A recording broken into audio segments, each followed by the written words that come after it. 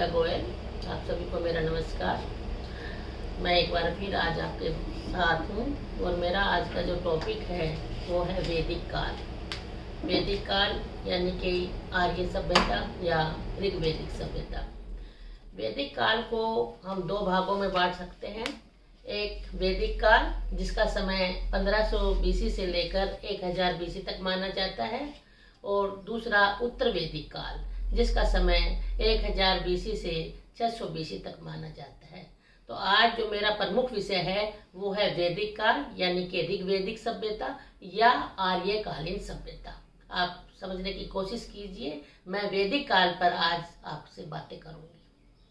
तो वैदिक काल या आर्य सभ्यता, इसमें सबसे मेन जो इस सभ्यता की विशेषता थी वो ये थी कि ये पूर्ण रूप से एक ग्रामीण सभ्यता थी, और इस सभ्यता की जानकारी हमें हमारे जो 4 वेद और प्रमुख रूप से जो ऋग्वेद है उसके द्वारा हमें मिलती है।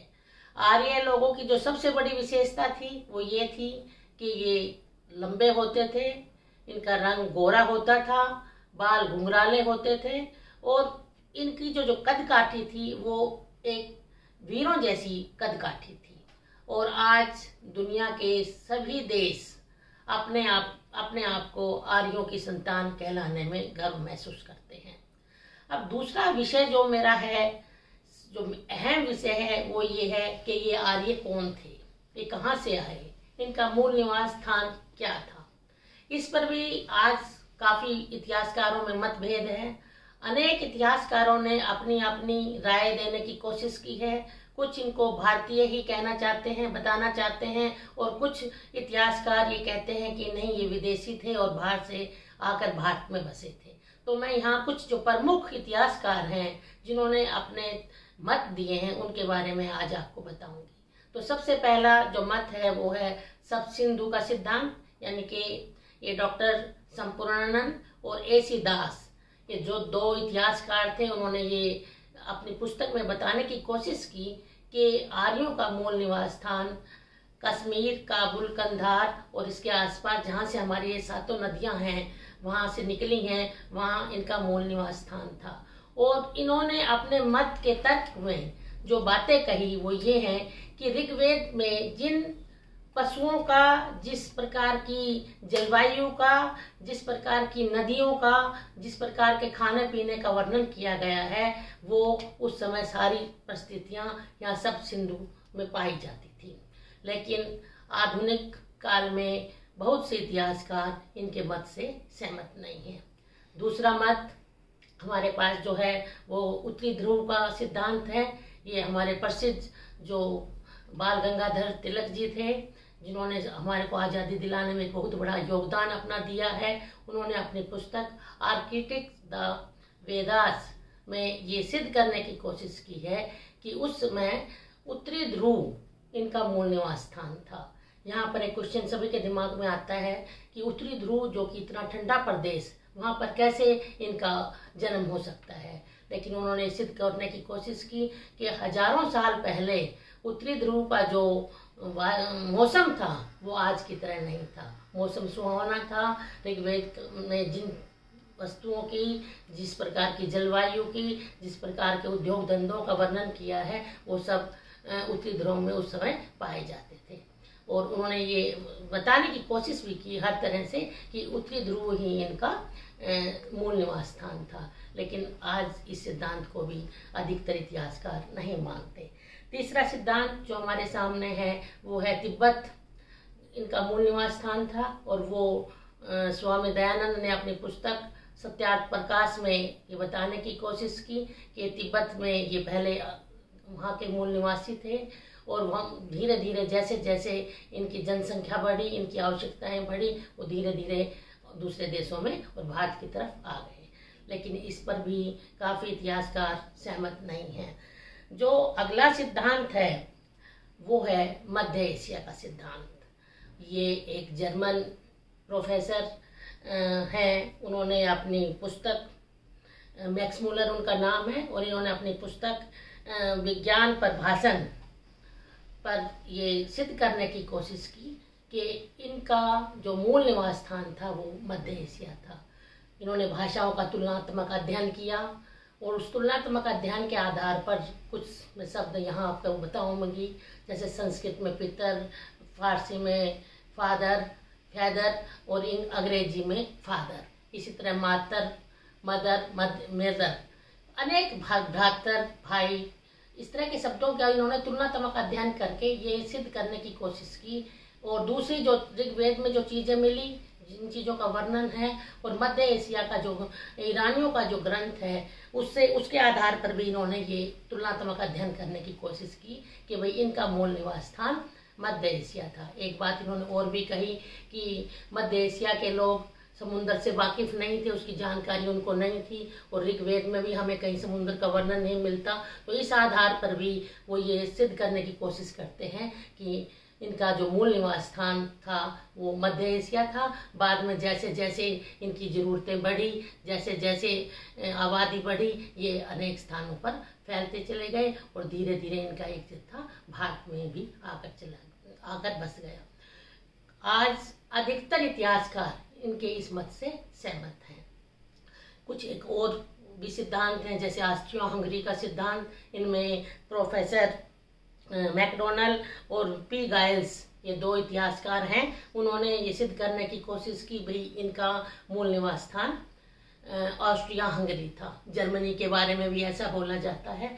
लेकिन अंत में जो मैं अपनी राय देना चाहती हूँ, आज इस विषय पर काफ़ी काम चल रहा है और हमें कहीं ना कहीं ये लगता है कि जानबूझकर हमारी सभ्यता को ये दिखाने की कोशिश की है कि हम ये विदेशी थे और बाहर से आकर भारत में बसे।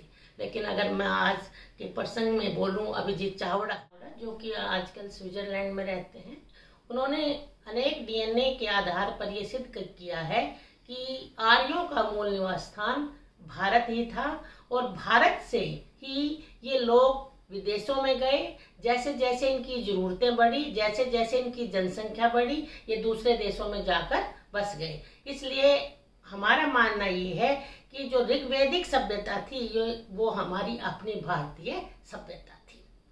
अब मेरा जो दूसरा क्वेश्चन जो मैं इसमें रेज खुद करूंगी कि हम आर्य सभ्यता या वैदिक सभ्यता के बारे में किन साधनों से इस सभ्यता के बारे में हम जानकारी प्राप्त करते हैं। हालांकि मैंने अपना जो पहला अध्याय आपको बताया था सोर्सेज ऑफ इंडिया, उसमें भी मैंने थोड़ा सा इसको बताने की कोशिश की थी, लेकिन आज फिर मैं थोड़े से आपको फिर इसके बारे में बताऊंगी कि ऋग्वैदिक सभ्यता की जानकारी पूर्ण रूप से हमें वेदों से मिलती है। वेदों की कुल संख्या 4 है और उनमें सबसे पुराना प्राचीन जो ग्रंथ जिसको माना जाता है वो ऋग्वेद है। ये संस्कृत भाषा में लिखा गया है, ये बहुत बड़ा ग्रंथ है और इसकी बात मैं अगर करूं तो इसमें कुल 10 मंडल हैं, 1028 सूक्त हैं और लगभग 10,552 इसमें मंत्र हैं।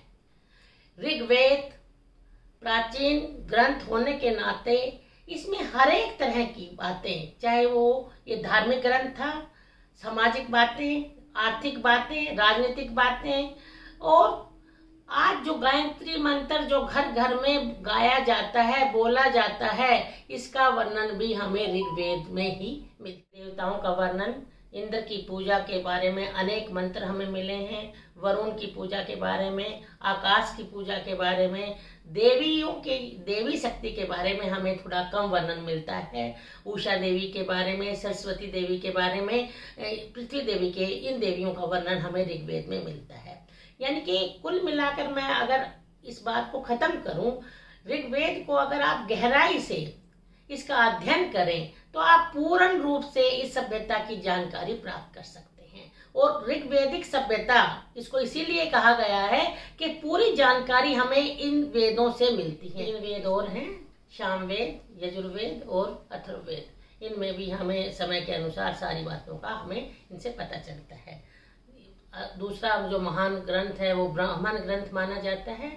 इन ब्राह्मण ग्रंथों में इन वेदों की भाषा को सरल करके लिखा गया है। अगला ग्रंथ जो है वो आरण्यक का अर्थ वन में जाकर जो साधु संतों के द्वारा जो पुस्तकें लिखी गई उनको हम आरण्यक कहते हैं। इसके अतिरिक्त उपनिषद ये बहुत ही महत्वपूर्ण है, इनको वेदांत भी कहा जाता है। और इनकी कुल संख्या 108 है। ये भी उस समय की जानकारी के लिए एक महत्वपूर्ण साधन है। इसके अतिरिक्त पुराण बहुत ही महत्वपूर्ण सोर्सेज हैं हमारे हिस्ट्री को जानने के लिए। हालांकि कुछ कल्पना इसमें ज़्यादा है, इनको काल्पनिक में माना जाता है। और पुराणों की कुल संख्या 18 है। इनमें विष्णु पुराण, भागवत पुराण, वायु पुराण, ब्रह्म पुराण, शिव पुराण ये काफ़ी महत्व हैं और महत्वपूर्ण होने के साथ साथ उस समय की हमें जानकारी भी देते हैं। इसके अतिरिक्त महाकाव्य 2 हैं, रामायण और महाभारत। इनमें भी हमें बहुत सारी जानकारी मिलती है। अब मेरा जो मेन क्वेश्चन आपको मैं बताना चाहती हूँ वो है इस सभ्यता की प्रमुख विशेषताएं क्या थी।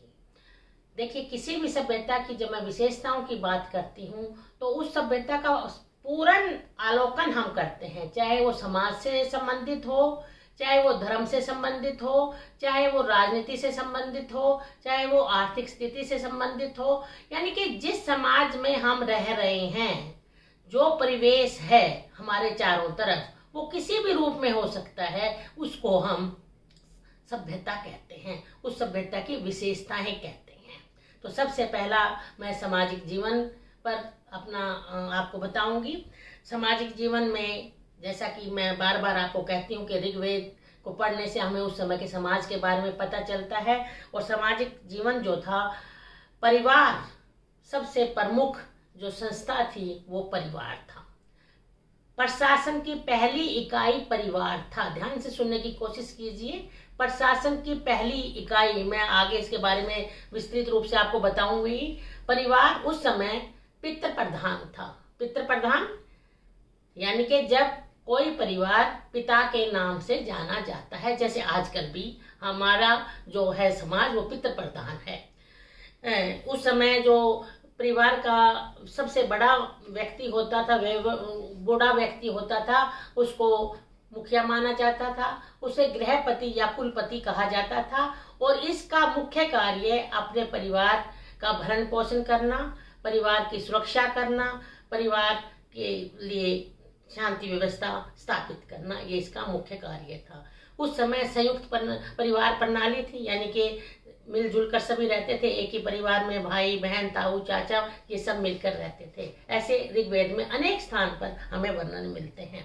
इसके अतिरिक्त उस समय पुत्र गोद लेने की प्रथा थी, यानी कि जो गोद लिया हुआ पुत्र था उसको उसका परिवार का उत्तराधिकारी माना जाता था। और पिता की मृत्यु के बाद जो ज्येष्ठ पुत्र होता था वही परिवार का मुखिया माना जाता था। देखिए, अगर आज आप ये परंपराएं देखें, आज भी हमारे समाज में इस तरह की परंपराएं हैं। आप अगर अपने परिवार के परिवेश के चारों तरफ देखें तो ये चीजें हमें आज भी दिखाई देती हैं। दूसरा, स्त्रियों की दशा। किसी भी समाज में, किसी भी समाज की उन्नति को अगर हमें देखना है तो हमें ये देखना होगा कि उस समाज में स्त्रियों की क्या दशा है। क्योंकि स्त्रियां परिवार या देश या शासन को चलाने में उतनी ही भागीदार होती हैं जितना कि आदमी होता है।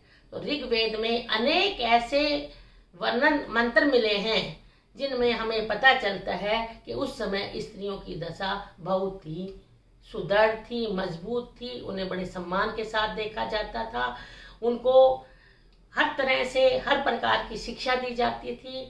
गृह कार्यों में तो दक्ष किया ही जाता था, बौद्धिक कार्यों में और दूसरे कार्यों में भी उनको पूर्ण रूप से अपना कार्य करने की, अपना कार्य क्षेत्र ढूंढने की इजाजत होती थी। उस समय अनेक ऐसी कवित्रियां जिनका नाम ऋग्वेद में आता है, जिनमें अपाला, घोषा, विश्वरा, लोपामुद्रा, इन्होंने समय समय पर ऋग्वेद के मंत्रों की रचना की है। यानी कि इससे हमें पता चलता है कि उस समय जो स्त्रियां थी वो काफ़ी पढ़ी लिखी थी और अपने इच्छा के अनुसार अपना कार्य क्षेत्र चुन सकती थी। उस समय स्वयंवर की भी प्रथा थी, लड़कियां अपनी मर्जी से अपना पति चुन सकती थी। लेकिन उस समय ऋग्वेद में एक खास तौर पर वर्णन है कि अंतरजातीय विवाह का कोई वर्णन हमें नहीं मिलता, अंतरजातीय विवाह नहीं किए जाते थे। ये उस समय ऋग्वेद में हमें के पढ़ने से इस बात का पता चलता है। उस समय ना बाल विवाह प्रथा थी, सती प्रथा नहीं थी और पर्दा प्रथा नहीं थी। यानी कि इन सब चीज़ों से, इनका अध्ययन करने से हमें पता चलता है कि स्त्रियों को एक सम्मान पूर्वक पद उस समय मिला हुआ था। दूसरा, कोई भी धार्मिक कार्य, कोई भी धार्मिक अनुष्ठान स्त्री के बिना पूरा नहीं माना जाता था, इसीलिए उसको अर्धांगिनी कहा जाता था। यानी कि जब कोई भी धार्मिक कार्य किया जाता था तो उसमें पत्नी का होना जरूरी होता था। ये आज भी हमारी ये परंपराएं आज भी हैं। आज भी हम जब कोई भी धार्मिक कार्य करते हैं तो उसमें पत्नी का साथ होना जरूरी माना जाता है। अब दूसरा मीडिया जो है वो है जाति प्रथा, कास्ट सिस्टम। देखिए, ये बहुत ही एक ऐसा विषय है जिस पर जितना भी बोला जाए वो कम है, लेकिन मैं यहाँ पर ऋग्वेद की बात कर रही हूँ। ऋग्वेद को अगर हम पढ़ें तो हमें धीरे धीरे बहुत कुछ बातों का पता चलेगा। अगर शुरुआत की बात करूँ तो ऋग्वेद में कहीं पर भी जाति प्रथा का वर्णन नहीं है। ऋग्वेद के दूसरे मंडल में एक सूक्त आता है, एक मंत्र आता है, जिसमें एक पुरुष कहता है कि मैं अनाज पीसने वाला हूँ, मेरे पिता एक वैद्य हैं और मेरी माता अनाज पीसने वाली है।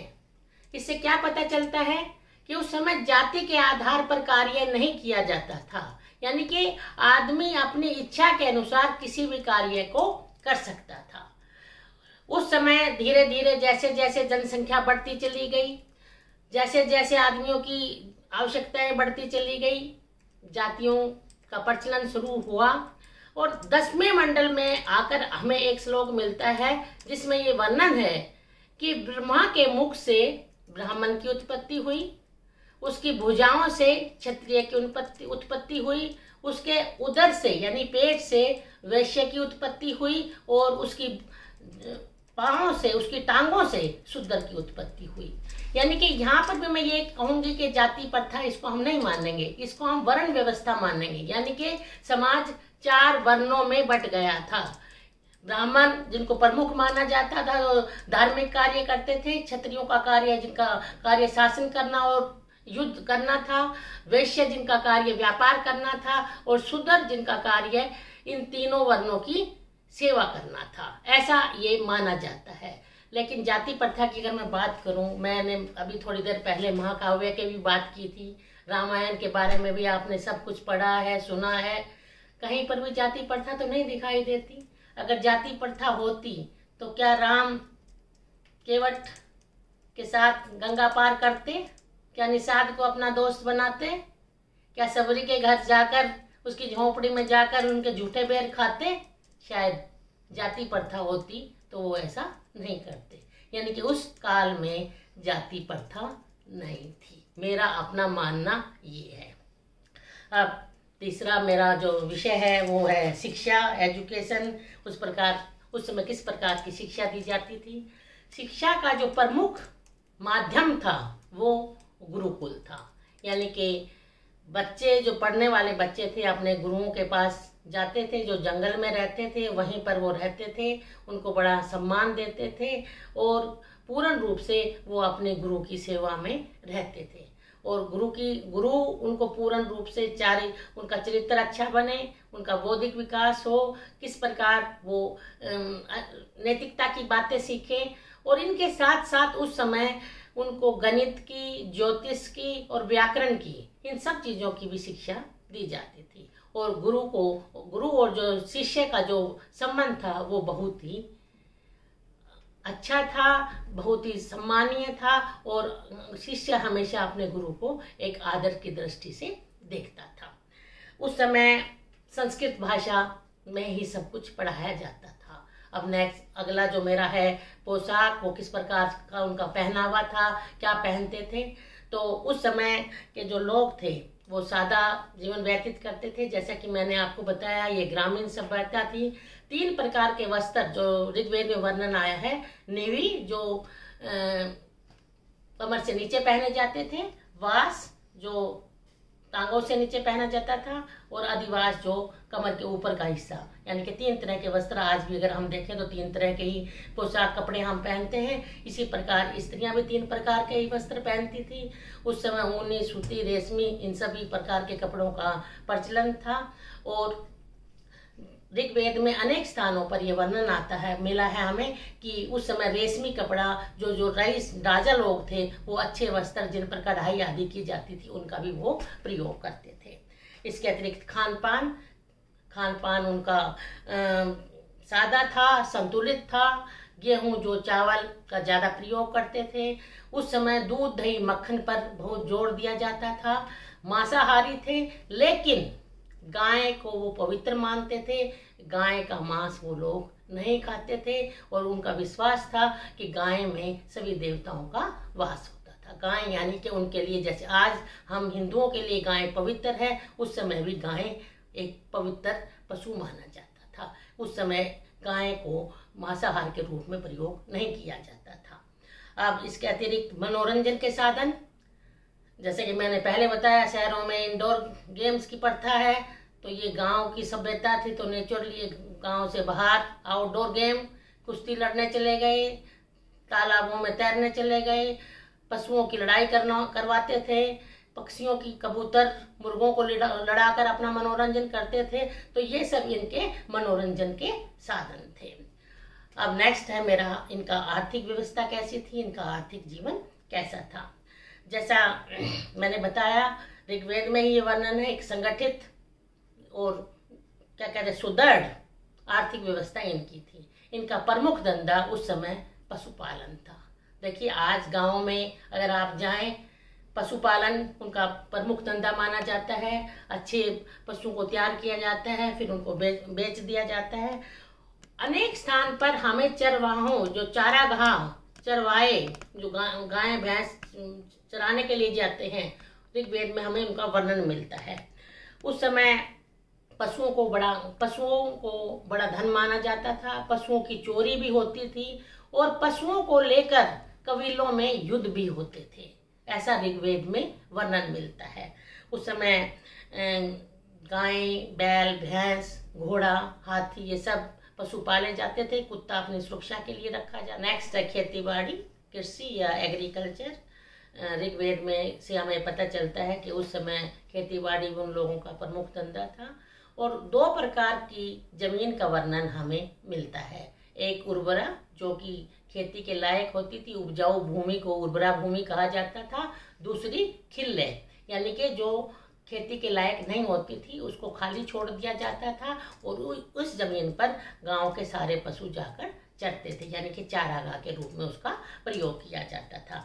उस समय सिंचाई के लिए वर्षा पर निर्धारित रहना पड़ता था और अनेक ऐसे मंत्र हमें मिले हैं। इंद्र देवता से ये प्रार्थना की गई है कि हे भगवान, हमारे लिए बारिश करो। देखिए आज भी हम जब सूखा पड़ता है या बारिश नहीं होती, तो आप देखते होंगे, न्यूज़ में पढ़ते होंगे, किसी गांव में उनके अपने तौर तरीके से पूजा पाठ की जाती है ताकि बारिश हो जाए। इसके अतिरिक्त कुएं और नहर भी सिंचाई का साधन थे। उस समय प्रमुख रूप से गेहूं, जौ, चना नहीं, गेहूं, जौ और चावल की खेती की जाती थी। फल और सब्जियों का भी उत्पादन किया जाता था। अगला मेरा जो विषय है, टॉपिक है, वो है उद्योग धंधे। उस समय अनेक प्रकार के उद्योग धंधों का वर्णन हमें ऋग्वेद में मिलता है। सबसे पहले लोहार, जुल्हाई, बढ़ई, चरमकार, सुनार, इन सब का वर्णन, इन सब के कार्यों का। लोहार का काम क्या था? हथियार बनाना, रथ बनाना, पहिए बनाना, ये सब काम लोहार के द्वारा किया जाते थे। जुल्हाई का काम कपड़े बुनना, पोशाक बनाना, आदमियों की जो जरूरतें होती थी उनके अनुसार वो कपड़ा बनाते थे। चर्मकार का काम चमड़ा की चीज़ें बनाना होता था। सुनार का काम आभूषण बनाना होता था। ये सब, इन सब उद्योग धंधों का वर्णन हमें ऋग्वेद में मिलता है। इसके अतिरिक्त हमें ऋग्वेद में निष्क नामक सिक्के का वर्णन मिलता है। यहाँ पर इतिहासकारों में ये मतभेद है कि ये उस समय करेंसी थी या कोई सोने का आभूषण था, निष्क। और जो व्यापारी लोग थे, जो व्यापार करते थे, उनको उस समय पनी कहा जाता था। उस समय देश और विदेश दोनों में व्यापार होता था, ऐसा वर्णन हमें मिलता है। जो देश में अपने अंदर जो व्यापार होता था वो बैलगाड़ियों के द्वारा, रथों के द्वारा सामान भेजा जाता था। नावों का वर्णन हमें ऋग्वेद में मिलता है, नावों के द्वारा विदेशों में व्यापार किया जाता था। उस समय ये सब चीज़ें हमें मिलती हैं। विनिमय प्रथा यानी कि अदल बदल कर चीज़ें भेजी जाती थी। और गायें सबसे बड़ी मूल्य निर्धारित करने की वस्तु होती थी, यानी कि गाय के द्वारा किसी भी बड़ी से बड़ी चीज का मूल्य निर्धारित किया जाता था। यानी कि गाय उस समय इतनी पवित्र मानी जाती थी। ये उनकी आर्थिक स्थिति थी और इस आर्थिक स्थिति को देखकर हम ये अंदाजा लगा सकते हैं कि उस समय उनका जो आर्थिक जीवन था वो बहुत ही मजबूत था। अब अगला मेरा जो टॉपिक है वो है राजनीतिक जीवन। राजनीतिक जीवन बहुत ही उच्च कोटि का था, ये ऋग्वेद में इसका वर्णन आता है। और राजनीतिक जीवन जैसे कि मैंने बताया, परिवार सबसे पहली किसी प्रशासन की इकाई होता है, जिसे आप लोकल बॉडीज का एडमिनिस्ट्रेशन कहते हैं। जैसे कई परिवारों को मिलाकर एक गांव बनता है, कई गांवों को मिलाकर एक विश्व बनता है और कई विश्व को मिलाकर एक कबीला बनता है। कई परिवारों को मिलाकर जब गांव में बनता है तो गांव के मुखिया को ग्रामीणी कहा जाता है। उसका मुख्य कार्य गांव में शांति व्यवस्था स्थापित करना, छोटे मोटे मुकदमों का फैसला करना और कर इकट्ठा करके राजा के पास भेजना। विश जैसे अपने यहाँ जिले, उस समय विश होता था, विश के मुखिया को विशपति कहा जाता था। इसका कार्य भी लगभग वैसा ही होता था। कई विश को मिलाकर एक जन मिलता था जिसको कबीला कहा जाता था और कबीले के मुखिया को राजन कहा जाता था, राजा कहा जाता था। ये ऋग्वेद में हमें अनेक स्थानों पर राजा के बारे में जानकारी मिलती है। राजा का पद प्राय पैतृक होता था, यानी कि पैतृक आप समझते हैं, बाप की मृत्यु के बाद बड़े बेटे को उसका उत्तराधिकारी मान लिया जाता था। राजा को बड़े मान सम्मान के साथ उसका राज्याभिषेक किया जाता था, गद्दी पर बिठाया जाता था।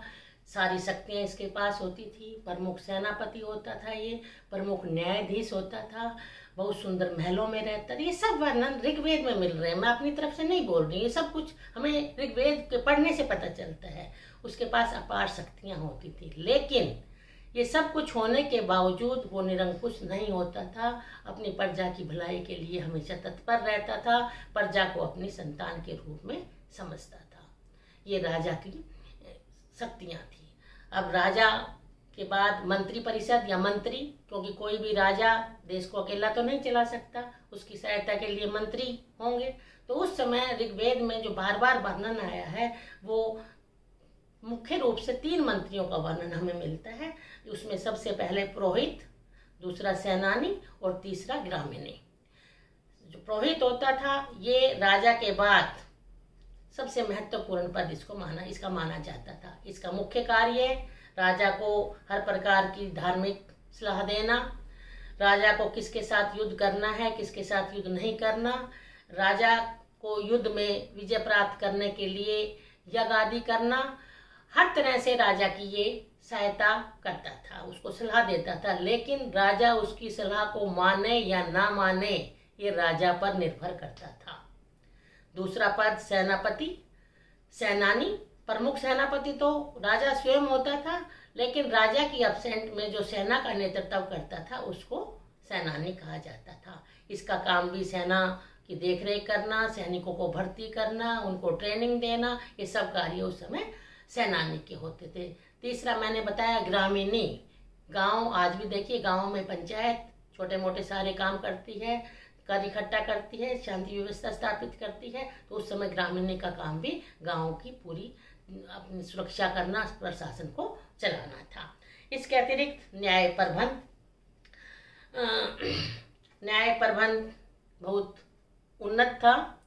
रीति रिवाजों के आधार पर न्याय किया जाता था। जैसा मैंने बताया, अंतिम फैसला राजा करता था, क्योंकि प्रमुख न्यायाधीश वह होता था, किसी की सजा को माफ कर सकता था या किसी को कोई दंड दे सकता था।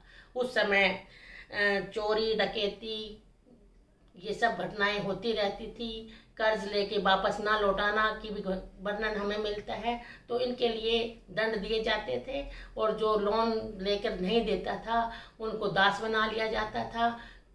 उस समय अग्नि परीक्षा और जल परीक्षा ली जाती थी किसी दंड को जानने के लिए कि ये झूठा है या सच्चा। देखिए यहाँ एक मैं छोटा सा एग्जाम्पल आपको बताऊंगी। आज भी मैं गांव में देखती, पहले हम जब गांव में रहते थे तो देखते थे अगर कोई व्यक्ति से जानने की कोशिश करते थे भाई तूने अपराध किया है नहीं किया, तो गांव की पंचायत कहती थी भाई तू एक मुट्ठी नमक ले और लोटे में डाल दे।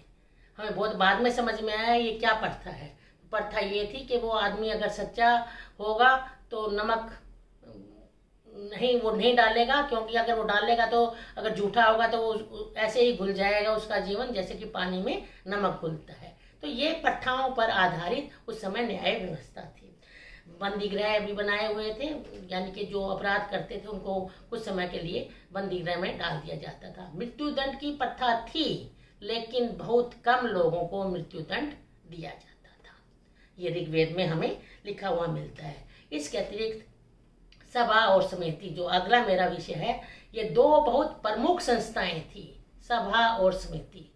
सभा जस्ट लाइक ए कैबिनेट, उसमें गिने चुने लोग होते थे जो राजा को सलाह देते थे, राजा के कार्यों में सहायता करते थे, हर एक चीज में राजा की साथ खड़े होते थे। समिति में गांव के सभी जो जन के जो कबीले के जो प्रमुख लोग थे वो होते थे। सभा और समिति काफी शक्तिशाली होती थी, राजा की शक्तियों पे अंकुश लगाती थी। आज की लोकसभा और राज्यसभा की तरह मैं कहूँ तो इसमें कुछ गलत नहीं होगा। और ये अगर राजा ठीक से कार्य नहीं करता था तो उनको उसके पद से हटा भी सकती थी। सभा और समिति बहुत ही महत्वपूर्ण दो उस समय की संस्थाएं थी। उस समय ये उनका राजनीतिक जीवन था। और जो हमें पता चला है कि राजा की जो इनकम का साधन था वो एक तो जो जुर्मानों से जो आय होती थी, यानी कि जो अपराधी होते थे उन पर जो जुर्माने किए जाते थे। दूसरा, राजा को जो भेंट आदि मिलती थी, जो युद्ध में जो लूटपाट में जो पैसा मिलता था, जो चीजें मिलती थी, वो भी राजा की अपनी होती थी। तो ये उनका इनकम का एक साधन होता था और उसी इनकम के आधार पर राजा उस पैसे को अपनी प्रजा पर खर्च करता था। धार्मिक विशेषता, उनका धार्मिक जीवन कैसा था? सरल और पवित्र जीवन वो लोग व्यतीत करते थे। वे प्रमुख रूप से प्रकृति और शक्ति की पूजा करते थे। प्रकृति यानी कि जैसे सूर्य निकला, अंधकार से उजाला हुआ, सूर्य को देखकर उनको अच्छा लगा, उन्होंने सूर्य के सामने अपने हाथ जोड़ दिए। अंधकार, रात हुई, चंद्रमा दिखा, चंद्रमा के सामने उन्होंने अपने हाथ जोड़ दिए। रुद्र देवता, यानी कि बहुत जोर से तूफान आया, उन्होंने उसको एक भगवान के रूप में, रुद्र के रूप में पूजा करनी शुरू कर दी। इंद्र देवता की पूजा वो बारिश के लिए बहुत अधिक करते थे। वरुण देवता की पूजा करते थे, उसको आकाश का देवता माना जाता था। यानी कि जो उनको अच्छा लगा, जो उनको अजीब लगा, जो उनको डरावना लगा, उन सब चीजों की वो पूजा करते थे। और अनेक मंत्र इंद्र देवता के बारे में, वरुण देवता के बारे में, अग्नि देवता के बारे में, सूर्य देवता के बारे में अनेक मंत्र हमें मिलते हैं। क्योंकि बार बार मैं एक बात कहती हूँ, ये धार्मिक ग्रंथ था, उनका उद्देश्य धार्मिक था लिखना। तो धार्मिक जो उनका जीवन था वो बिल्कुल शुद्ध था, वो किसी प्रकार के आवंटन में नहीं जीते थे। सुबह हुई, उन्होंने सुबह को उषा के रूप में पूजना शुरू कर दिया, उषा देवी के रूप में पूजा शुरू कर दिया। पृथ्वी पर वो रहते थे, उसको माता के रूप में उनकी पूजा करनी शुरू कर दी। वेदों को पढ़ते थे, सरस्वती के रूप में उसकी पूजा करनी शुरू कर दी। यानी कि प्राकृतिक और शक्ति, इन दोनों चीजों की वो लोग पूजा करते थे।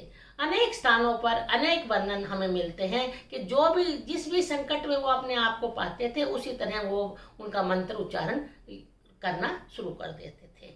इसके अतिरिक्त जो उनकी पूजा पाठ की विधि थी, वो खुले आसमान के नीचे बैठते थे, यज्ञ करते थे, यज्ञ में आहुति देते थे।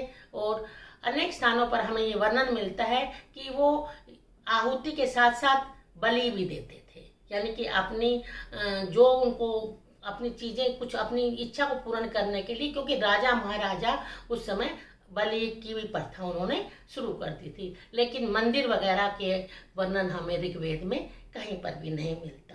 इसके अतिरिक्त पूर्वजों की पूजा, पितरों की पूजा, यानी कि जो उनके पूर्वज थे उनकी भी वो पूजा करते थे। उनको ये लगता था कि इनकी पूजा करने से हमारे जो पितर हैं या जो हमारे पूर्वज हैं वो हमसे खुश रहेंगे और वो हमें अपना आशीर्वाद हमें देते रहेंगे। सबसे ज़्यादा जो जोर दिया जाता था वो नैतिकता पर जोर दिया जाता था। यानी कि उनका धर्म का जो एक उद्देश्य था वो ये था कि हमें किसी को कष्ट नहीं देना चाहिए, हमें किसी के साथ बुरा व्यवहार नहीं करना चाहिए, हमें झूठ नहीं, ये भी उनकी धार्मिक जीवन का एक हिस्सा था। यानी कि नैतिकता पर वो बहुत अधिक जोर देते थे। तो ये अंत में मैं अपना यही कहूँगी कि देखिए, जो ये वेद थे ये किसी एक भगवान के लिए नहीं लिखे गए, किसी एक व्यक्ति के द्वारा नहीं लिखे गए, किसी एक पुस्तक विशेष के लिए नहीं लिखे गए।